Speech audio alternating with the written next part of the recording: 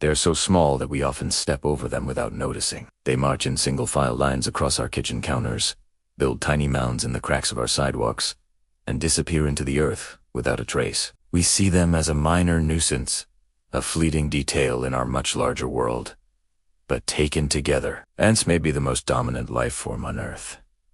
Their total mass is thought to equal, and perhaps even exceed, the total mass of all 7 billion humans combined. Welcome to the Animal World TV. Today, we enter the world of ants, an empire hidden beneath our feet, a civilization that has conquered the globe through unity, sacrifice, and relentless efficiency. Success in nature is not measured by size, brute force, or individual intelligence, but by persistence, adaptation, and above all, organization. BT's metric ants are perhaps the most successful creatures on the planet. Their story began over 140 million years ago, in the age of dinosaurs. While colossal reptiles ruled the surface, the first ants were evolving from their wasp-like ancestors, carving out a new niche. They survived the asteroid impact that wiped out the dinosaurs, and have since diversified into over 15,000 known species, from the sweltering rainforests of the Amazon to the windswept deserts of the Sahara. From the highest treetops to the deepest subterranean caverns, ants are found on every continent, except the frozen expanse of Antarctica. They have mastered nearly every terrestrial ecosystem on Earth, a testament to their incredible adaptability and the power of their collective existence. Their global conquest was not achieved through individual might, but through the flawless execution of a social blueprint refined over millions of years. At the heart of every ant colony lies a perfect society, a superorganism where the whole is far greater than the sum of its parts. There are no orders shouted, no leaders giving commands, only perfect coordination, driven by instinct and chemical cues. Inside the intricate tunnels of an underground nest, we find a society built on specialized castes. At its center is the queen, the reproductive engine of the entire colony. Her sole purpose is to lay eggs, sometimes thousands per day, ensuring a continuous supply of new citizens. She's a monarch in name only. In reality, she is a servant to the colony's future. Tending to her and her brood are the workers. These sterile females are the builders, the foragers, the nurses, and the engineers. They excavate new chambers, clean the nest, and care for the helpless larvae, feeding them and protecting them from harm. Others venture out into the dangerous world outside, seeking food to sustain their ever-growing family, defending the colony from threats of the soldiers. Often larger with powerful mandibles, they're the living fortress walls, ready to sacrifice their lives at a moment's notice to protect the queen and their sisters. Each ant knows its role implicitly, performing its duties with an unwavering devotion that ensures the colony's survival. This is not a society of individuals, but a single, unified being with thousands of bodies. How does this vast, decentralized society operate with such precision? The secret lies in a language far older and more efficient than sound or sight. Ants communicate through the language of scent. This is a biological internet written in scent instead of sound. They produced a vast array of chemical signals called pheromones, each carrying a specific message. When a forager discovers a food source, it lays down a pheromone trail on its way back to the nest, an invisible chemical road that its sisters can follow with unerring accuracy. Different chemicals can signal different things: the quality of the food, the urgency of the need, or the presence of danger. If a soldier ant is attacked, it releases an alarm pheromone. The signal spreads through the colony in seconds, a silent call to arms that mobilizes an army of defenders to the exact point of the threat. We can see this in action as columns of ants instantly change direction, swarming towards a disturbance or a newly discovered meal. This chemical communication is so sophisticated that it allows them to coordinate complex tasks, from building elaborate nests to waging systematic warfare, all without a single centralized commander. It is a network of information, flowing silently and efficiently through the colony, binding every individual into a single, cohesive mind. The world of ants is not always one of peaceful cooperation. It is also a world of brutal conflict and war without mercy. Territory is everything, and colonies of the same or different species will fight to the death to defend their foraging grounds and nest sites. These are not mere skirmishes. They are organized, strategic campaigns.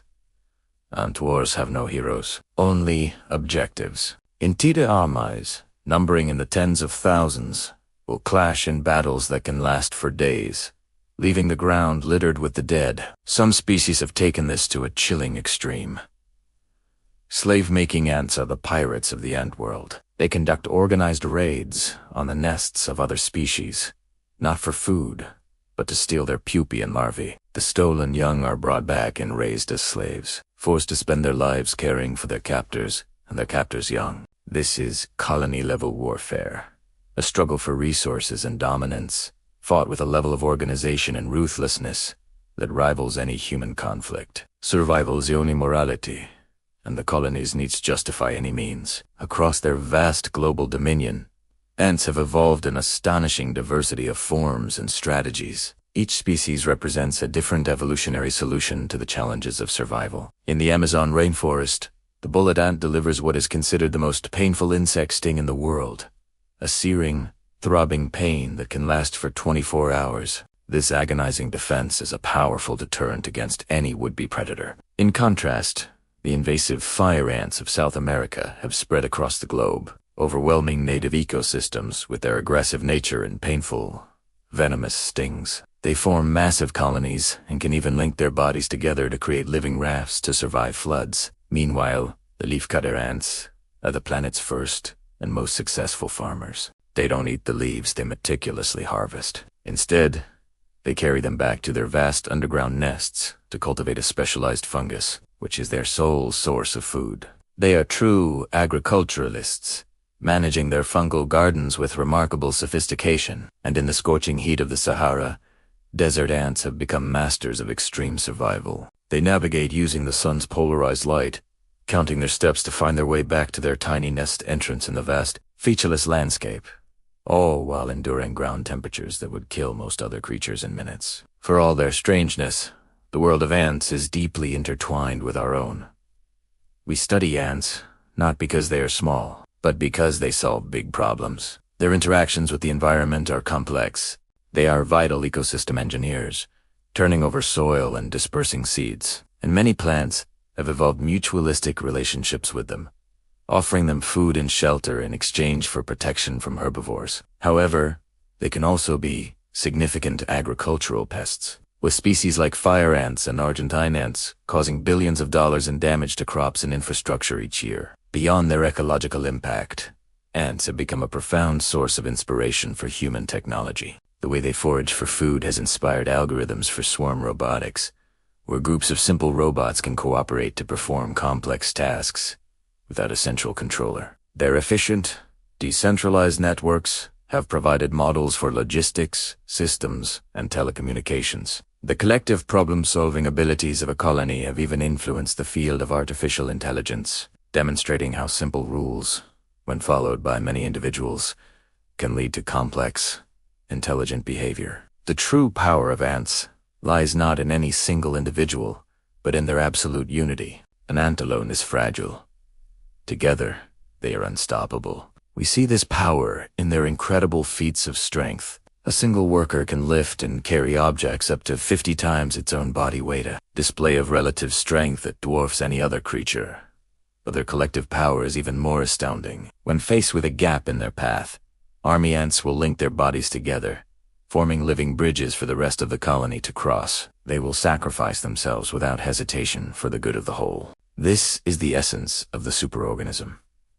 The individual is temporarily and expendable, but the colony is eternal. It is this complete subordination of self to the collective that has allowed them to achieve things no single ant ever could. We call them insects. We see their empires as mere dirt mounds and their highways as faint lines on the pavement. We live our lives in a world we believe we have built and mastered, but beneath our feet, a silent, ancient civilization continues its work. They shape the soil, prune the forests, and wage wars on a scale we can barely comprehend. They are the planet's silent architects, the engineers of a world hidden from our view. Perhaps we are not the masters of this planet, but merely its most conspicuous tenants, sharing our home with a far older and more successful form of life. Thank you for watching the Animal World TV, where small worlds tell the greatest stories.